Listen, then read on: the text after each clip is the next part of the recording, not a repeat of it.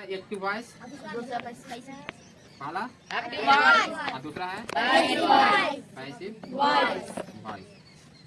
ठीक, active voice से passive voice में पढ़ेंगे। ठीक है, how to change active voice to passive voice. Active voice से पैसिव वॉइस में कैसे बदलना है उसको आज चेंज करा सीखेंगे। ठीक ना, तो सबसे पहले हमको स्ट्रक्चर पहले पता होना चाहिए कि एक्टिव वॉइस से पैसिव वॉइस में बदलने के लिए स्ट्रक्चर क्या होता है। ठीक है, इतना पता है ना एक्टिव वॉइस से पैसिव वॉइस में।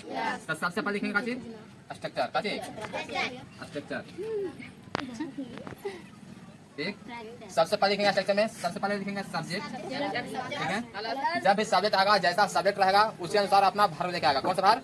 Helping verb. ठीक है, कौन सा वर्ब? चाहे तो इज रहे, चाहे तो एम रहे, या तो ठीक है, इसी को बोलते हैं इज एम। आपको कोई हेल्पिंग वर्ब जैसा सब्जेक्ट रहेगा वैसा अपना हेल्पिंग वर्ब लेके आएगा। ठीक है, उसके बाद हमेशा वर्ब का क्या रुकेगा? वर्ब का तीसरा रूप। ठीक है, इज एम आर के बाद वर्ब का क्या रूप? तीसरा रूप। जैसी तीसरा रूप आएगा उसके बाद हमेशा बी वाई का प्रयोग करना है। ठीक है, बी थ्री के बाद कौन का प्रयोग करना है? अब जा लास्ट में बचा ऑब्जेक्ट में। ठीक है, अब देखो यहाँ, अब इसको बता स्ट्रक्चर हो। ठीक है, अब इसको हमको चेंज करना है एक्टिव वॉइस का स्ट्रक्चर। ठीक है, अब इसको बताना है कुछ में पैसिव वॉइस में। तो जो ऑब्जेक्ट यहाँ आप देख रहे हैं ना, इस ऑब्जेक्ट को हम लाएंगे सब्जेक्ट में बनाएंगे। ठीक है, जो ऑब्जेक्ट दिया हो रहेगा उसको लाएंगे कहाँ? सब्जेक्ट में। ऑब्जेक्ट है तो उसको लाएंगे सब्जेक्ट में, यानी कि ऑब्जेक्ट को सब्जेक्ट में बदलेंगे। ठीक है, ठीक, प्लस में जैसा सब्जेक्ट रहेगा वैसा कुछ लेंगे हेल्पिंग वर्ब ई वाला। ठीक है ना, इज रहेगा तो इज का करेंगे, अगर सब्जेक्ट के साथ एम का प्रयोग होगा तो एम का प्रयोग करेंगे। ठीक है, अगर आर का प्रयोग होगा तो आर का प्रयोग करेंगे। ठीक है, जैसा सब्जेक्ट रहेगा उसी अनुसार हम वर्ब बनाएंगे। ठीक, उसके बाद हमेशा कुछ आएगा अपने साथ कुछ नहीं आएगा, वर्ब का क्या रूप? तीसरा रूप। प्लस में कौन? बी बाई प्लस में जो सब्जेक्ट है उसको बनाएंगे ऑब्जेक्टिव को से बदलेंगे। ठीक ना, जो सब्जेक्ट में रहेगा आई रहेगा तब बी लिखेंगे, यू रहेगा तब यू लिखेंगे। ठीक है, अगर बी रहेगा तो बी का ऑब्जेक्टिव क्या होता है? एस। ठीक, तो यहाँ पे यहाँ बदलेंगे कुछ में सब्जेक्टिव बदलेंगे। ठीक है, समझा आता है नहीं? जैसे मैं एग्जांपल देखो आप, सबसे फर्स्ट एग्जांपल है। ठीक है, आई ईट अ मैंगो। आई ईट अ मैं आम सबसे बेसिक क्वेश्चन। ठीक है, आई ईट अ मैंगो। सबसे पहले इसमें हमको पता करना है कि सब्जेक्ट कौन है, ऑब्जेक्ट कौन है या वर्ब कौन है। आई ईट अ मैंगो, आम खाने का काम कौन कर रहा है? मैं, यानी कि आई। तो आई कौन है बड़ी? सब्जेक्ट। ठीक है, आम खा रहा है कौन? मैं, तो मैं हुआ सब्जेक्ट। मैं कौन सी खा रहा हूँ? आम हुआ कौन? ऑब्जेक्ट। आम कौन हुआ?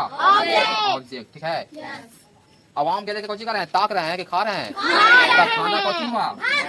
काम हुआ। ठीक है, ठीक समझ लो, सब्जेक्ट हुआ आई, ऑब्जेक्ट वर्ब हुआ ईट, ऑब्जेक्ट हुआ ये मैंगो। ठीक, अब यहाँ से पता हो जाने के बाद इसको हम चेंज करेंगे पैसिव वॉइस में। ठीक है, तो जो ऑब्जेक्ट है ऑब्जेक्ट को कहाँ से सब्जेक्ट बनाया?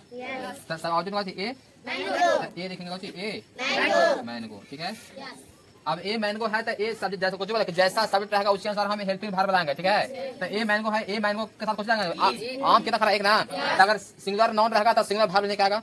एक आम है तो एक आम के लिए कोई अब आई क्या लगेगा? जब कुछ जाएगा जब आई रहेगा तो उसके साथ हमेशा आम का प्रयोग होगा। ठीक है, ये तो फिक्स है कि जहाँ आई दिखेगा वो हमें अपने साथ कुछ लगाएगा, और जहाँ प्लूरल नाउन रहेगा अपने साथ कुछ जाएगा प्लूरल वर्ब लगाएगा, यानी कि आर। ठीक है, तो यहाँ पर एक आम की बात करना है, तो एक आम के लिए है तो एक आम के लिए कौन का प्रयोग? इज आर, तो ए मैंगो इज का प्रयोग करेंगे। ठीक है, उसके बाद इज एम आर पर वर्ब का क्या मारो? यानी कि वर्ब ना, यानी काम, काम को इसमें खाना ना, इसका तीसरा रूप एक का ठीक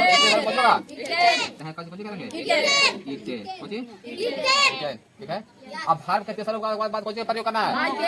बाय। कौन के? इथेन। उसके बाद कौन? बाय। ठीक है, उसके बाद बाय को हमेशा कौन? सब्जेक्ट। जो कौन? जो सब्जेक्ट में रहेगा उसको ऑब्जेक्टिव को से बदलेगा। ठीक, सब्जेक्ट में क्या चाहिए? आई का ऑब्जेक्टिव को साथ होगा मी, तो लिखेंगे आई का मी। हुआ एक्टिव, एक्टिव से बनाया कुछ में। ठीक है, समझ में आया?